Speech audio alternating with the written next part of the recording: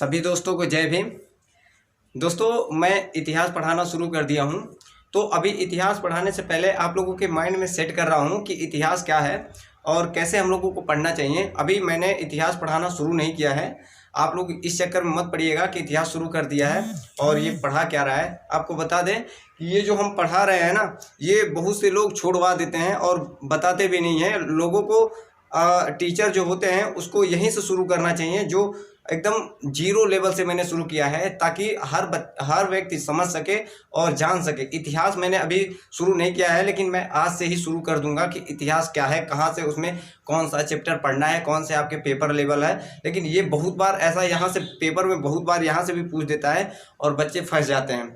तो मैंने आप लोगों को कल बताया था कि जब प्राचीन काल में इतिहास जब प्राचीन काल में मानव जब लिखना शुरू किया था तो किस पर लिखता था, क्योंकि उसको तो कागज का ज्ञान ही नहीं था, तो किस पर लिखता था। तो मैंने बताया था आपको कि ताम्रपत्र, भोजपत्र और ताड़पत्र। और कभी कभी तो ऐसा होता था कि जो शिलालेख हुआ करते थे, बड़े बड़े शिलालेख हुआ करते थे, स्तूप हुआ करता था, उस पर लिखा करते थे, मानव द्वारा ये लिखा गया था। तो वही आप लोगों को मैंने बताया था। और कुछ कुछ तो ऐसे जो पुरातात्विक जो स्रोत होते थे, पुरातात्विक स्रोत ऐसे भी हैं जो कि अभिलेख होते हैं, उस पर लिखा हुआ करता था। तो वो राइटिंग कैसी थी आप लोगों को अगर देखना है, जानना है, तो मेरे साथ बने रहिए और इस चित्र को देखिए और जानिए कि उस समय का जो लिपि था, देवनागरी, ब्राह्मी लिपि और स्तूप कैसा था, क्या था। तो बस 1 मिनट का वो वीडियो है, इसमें मैं लगाता हूँ, टच करता हूँ, आप लोग देखिएगा कि स्तूप कैसा बना था और कैसे वो राइटिंग लिखा था जो ब्राह्मी लिपि था। तो देखिएगा ये वीडियो। दोस्तों पुरातात्विक स्रोत क्या क्या है, जैसे कि अभिलेख। आप लोगों ने देखा होगा कि जो अभिलेख है, ये बना हुआ अभिलेख, ये वाला देखिए, ये जितने भी अभिलेख हैं, ये क्या है कि जो अशोक है, अशोक के रुम्मनदेही अभिलेख जो है उसके अंश है। किसके हैं? अशोक के रुम्मनदेही अभिलेख का ये अंश है। आपको बता दें कि जो लुम्बिनी है, नेपाल से ये जितने भी अभिलेख प्राप्त हुए हैं, ये सब लुम्बिनी से प्राप्त हुए हैं। जो तथागत बुद्ध का जहाँ पर जन्म हुआ था, वहाँ से ये अशोक द्वारा ये लिखा गया लेख है। इसका जो अभिलेख है, आपको बता दें कि कुछ अक्षर पहचाना गया है, जैसे कि ये देखिए, ये वाला, ये जो ब्राह्मी लिपि है, ये देखिए, ये ब्राह्मी लिपि है, इनको पहचाना गया है। इसको अगर देवनागरी लिपि में लिखेंगे तो ये दे लिखा है। क्या लिखा है? दे लिखा है। और ये अ लिखा है और ये गा लिखा है। देखिए इधर, ये जो ब्राह्मी लिपि अगर देवनागरी लिपि में लिखेंगे तो इसको क्या लिखेंगे? दे लिखा है, ये अ लिखा है, ये गा लिखा है। तो ये एक लिपि है जो अभिलेख हैं। और तो और दोस्तों, और आपको दिखाते हैं कि जो ये सिक्का है, क्या है ये सिक्के, जो ये सिक्के हैं और मुहरें हैं, ये आपको बता दें कि उस समय का जो गुप्त शासक हुआ करता था, गुप्त शासक द्वारा इसको देखिए, ये घोड़ा जो है, इस पर घोड़सवारी जो कर रहा है, ये उस समय का गुप्त शासक था, जो उसका नाम था कुमारगुप्त। ये उसके द्वारा ये छपा गया है। मतलब इससे ये प्रतीक होता है कि जो घुड़सवारी उस समय का अच्छा ये शासक हुआ करता था। तो ये उस समय का लिपि है। तो आपको और दिखाते हैं, जैसे कि ये सारनाथ है, जो सारनाथी स्तूप है, इसमें आपको बता दें कि जो यहाँ पर देखिए, ये वाला अभिलेख देखिए, ये जो अभिलेख है, ये सारनाथ है। क्या है? सारनाथ जो स्तूप है वहाँ का। आपको बता दें कि ये मौर्य वंश का शासक जो अशोक हुआ करता था उस समय का, उसने ये चित्र को बनाया है। मतलब ये सारनाथ को बनवाया है, जो उस समय का तथागत बुद्ध जो वहाँ पर, आपको पता होगा कि जो सारनाथ में पहला अपना उपदेश दिया था, तथागत बुद्ध जी ने सर्वप्रथम अपना उपदेश दिया था यहीं पर सारनाथ में। तो ये अशोक द्वारा बनवाया गया, ये भी शिलालेख वहाँ का स्तूप मिला है। तो आप लोगों ने देख लिया होगा। तो उसके आगे से मैं आप लोगों को बताता हूँ। इतिहास पढ़ने से पहले आप लोगों को बहुत से ऐसे सन आते हैं जो परेशान करते हैं। कभी कभार ऐसा होता है कि हम लोग ईसा पूर्व और ईस्वी के मतलब ही नहीं जान पाते हैं। तो उसके बारे में भी जान लेते हैं पहले, फिर इतिहास में आप लोगों को शुरू करता हूँ। देखिए, ईसा पूर्व जो होता है, जो ईसा पूर्व का मतलब होता है कि ईसा मसीह जो हुए थे, ईसा मसीह लोग उनको देवता मानते हैं या कुछ भी मानते हो, तो जो ईसाइयों के जो प्रवर्तक हैं ईसाइयों के, उसी को ईसा मसीह मानते हैं। तो उनके जो जन्म हुआ था उस समय से हम लोग लेते हैं ईसा पूर्व। मतलब ईसा पूर्व का मतलब ईसा मसीह के जन्म से जो पहले की बात है, जो बात कही गई है, वही है ईसा पूर्व। उसको बोलते हैं BC। क्या बोलते हैं? यहाँ इधर देखिएगा, मैंने इधर कुछ लिखा है हाँ, कुछ तिथियां ईसा पूर्व में है और कुछ तिथियां ईसवी के बाद होती हैं। तो क्या होता है उसी को बताया था मैंने, ईसा पूर्व। ईसा पूर्व को हम लोग क्या बोलते हैं, बीसी बोलते हैं। क्या बोलते हैं, बीसी। जैसे कि ईसा पूर्व जो ईसा मसीह थे उनके जन्म के, जो उनके जन्म हुआ था उसके पहले की बात जो होती है, उसके पहले के समय को हम लोग क्या बोलते हैं, ईसा पूर्व बोलते हैं। उसका फुल फॉर्म क्या होता है, बीसी का मतलब बिफोर क्राइस्टर। क्या बोलते हैं, बीसी का मतलब होता है बिफोर क्राइस्टर। देखिएगा इधर लिखा भी होगा बिफोर क्राइस्टर। तो ईसा पूर्व आप लोगों को समझ में आया होगा। तो अब हम जब बीसी बोलेंगे तो आप लोग समझ जाइएगा कि ईसा पूर्व बता रहा है। क्या बता रहा है, ईसा पूर्व बता रहा है, क्योंकि लोग जान नहीं पाते हैं कि बीसी क्या होता है। तो बिफोर क्राइस्टर को हम लोग बीसी बोलते हैं। ईसा पूर्व के जो ईसा मसीह थे उनके जन्म के पहले की बात होती है। और एसी जैसे ईसवी, क्या बोलते हैं, ईसवी।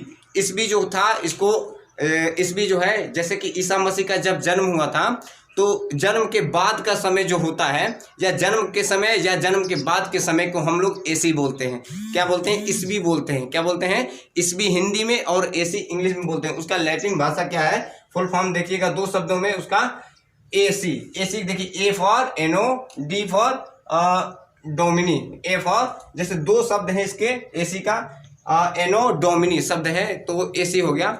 तो आई होप ये लोग आप लोगों को एसी और डीसी में, जैसे बीसी और एसी में आप लोगों को फ़र्क समझ में आया होगा। तो इतना था।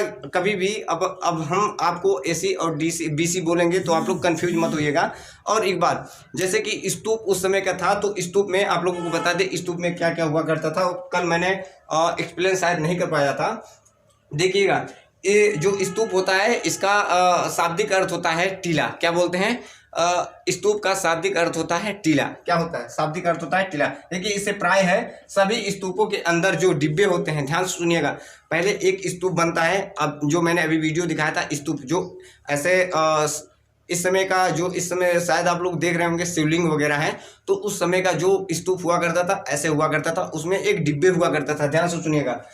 स्तूप के अंदर एक डिब्बे में महात्मा बुद्ध के, क्या, महात्मा बुद्ध जो थे उनके जो अनुयायी हुआ करते थे, या महात्मा बुद्ध थे, उनके क्या रखे थे, जो शरीर के अस्थियां हैं, जैसे दांत हुआ करता था, हड्डियां हुआ करते थे, और उनके राख हुआ करते थे, उसी डिब्बे में पैक करके रखा जाता था। और क्या, जैसे यहाँ पर लिखा है मैंने, शरीर के अवशेष, दांत, हड्डी, राख, या उनके द्वारा, जैसे उनके द्वारा प्रयोग की गई कोई चीज, सामान या वस्तु होता था, या वस्त्र होता था, कुछ भी सामग्री, पत्थर अथवा सिक्के में, पत्थर होता था, सिक्के होते थे, उसको उठाकर उसी डिब्बे में पैक करके रखा जाता है। जितने भी स्तूप बने हैं, बड़े बड़े स्तूप बने हैं, उनमें डिब्बा एक होता है अंदर, और उसी में जितने भी तथागत बुद्ध के अनुयायी होते थे, या तथागत बुद्धि के साक्ष्य जो है, कई जगहों पर स्तूपों में अशोक द्वारा उसको बनवाया गया और उसको रखा गया है। तो आई होप आप लोगों को ये समझ में आया होगा।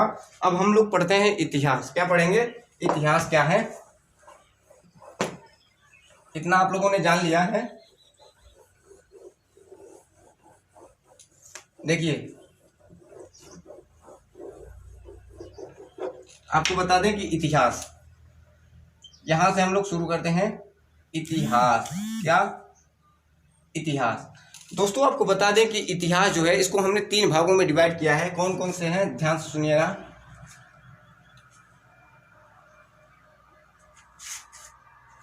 पहला प्राचीन। क्या है, पहला प्राचीन। दूसरा क्या है, मध्यकालीन।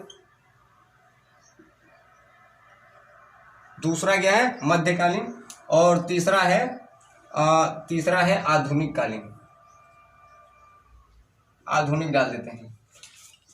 तो ये 3 है। कभी कभार तो जैसे चौथा नंबर पे हो जाता है कि विश्व के बारे में, एशिया के बारे में सब कुछ बताने के जो होता है, क्या घटना घटी है उसके बारे में भी इतिहास में बताना जरूरी होता है, वो चौथा नंबर पे डाल देते हैं। लेकिन मेन तो चीज़ यही होता है, जैसे कि प्राचीन काल में हड़प्पा हो गया, मनुष्य कहाँ से आया, कैसे पैदा हुआ, क्या हुआ, वैदिक काल क्या है, जितने भी ऋग्वेद है, सामवेद है और अर्थवेद है, इसके बारे में सब बताया गया है। महावीर स्वामी के बारे में बताया गया है, और उसी में पल्लव वंश, चोल वंश और शासक के बारे में, राष्ट्रकूट, द्वितीय, इसके बारे में सब प्राचीन में बताया गया है। और मध्यकालीन में, जैसे कि मध्यकालीन में तो बता दें कि जैसे कि दिल्ली सल्तनत हो गया, दिल्ली सल्तनत के जितने भी शासक हुए थे, जैसे कि अकबर, हुमायूं और बाबर वगैरह के बारे में बताया गया है। और आधुनिक काल में जैसे कि आपका बड़े बड़े युद्ध हुआ है, जैसे कि बक्सर का युद्ध हुआ है, और क्या बोलते हैं कि कर्नाटक युद्ध हुआ है, और ऐसे ऐसे बहुत से युद्ध हैं जो आपको एक्सप्लेन करके साथ में पूरा कहानी के साथ में मैं बताऊंगा। तो जो ये प्राचीन काल है इसी में हम लोग पढ़ेंगे। पहला देखिए, लोग तो शुरू कर देते हैं हड़प्पा सभ्यता, सिंधु सभ्यता, लेकिन मैं अभी आपको बता दूं कि मुझे क्या पढ़ना है। पहले पाषाण काल पढ़ना है कि मनुष्य कहाँ से आया और कैसे उत्पत्ति हुई। पाषाण काल हम लोग पढ़ेंगे। क्या पढ़ेंगे? पाषाण काल।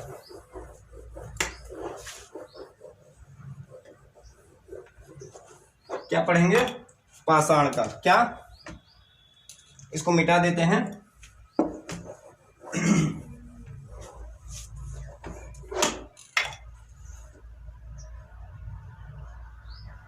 जो प्राचीन है इतिहास में, इसमें हम लोग पढ़ेंगे पाषाण काल। क्या पढ़ेंगे?